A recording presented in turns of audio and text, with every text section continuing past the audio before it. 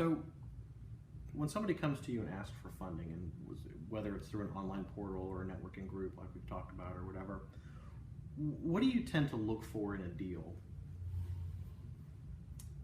First is I have to have confidence that the concept of the deal itself is realistic. And then secondly, is it a lifestyle or a growth business? Is there IP protection, or is it merely a good idea? And once that is fundamentally answered positively, I look at what other funding has been applied to the business and what has been done with that funding.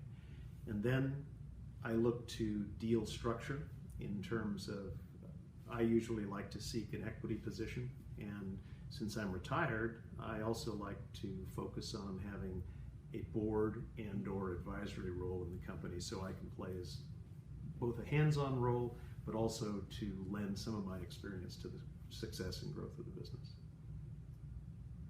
So what's the typical size of an investment? Is it going to vary quite a bit, or do you try to stay in a certain range, or do most angels you see try to stay in a certain range? I think they're probably as wide as a river in terms of personal preferences. If people are not particularly as confident in the idea or concept or what's going to happen, they will put in a smaller amount of money, and by that anywhere from $3,000 to $10,000. They may group their investments, and there may be 5 people, each of whom put up $5,000 to $10,000, so that's $25,000 to $50,000. If the idea seems to have IP protection, merit, and the opportunity to grow significantly, I think anywhere from $100,000 to $300,000 is well within the reasonable investment opportunity. So, on the flip side of that, what do you feel like an entrepreneur should look for in working with an angel investor other than a check? I think the the entrepreneur needs to look for an investor who is willing to provide far more than just a check.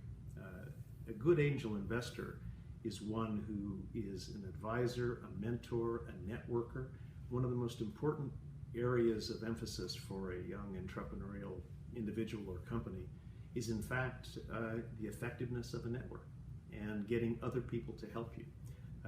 Here in Charlotte, we've seen significant networking opportunities grow and prosper, and I think that provides almost equal value as the funding.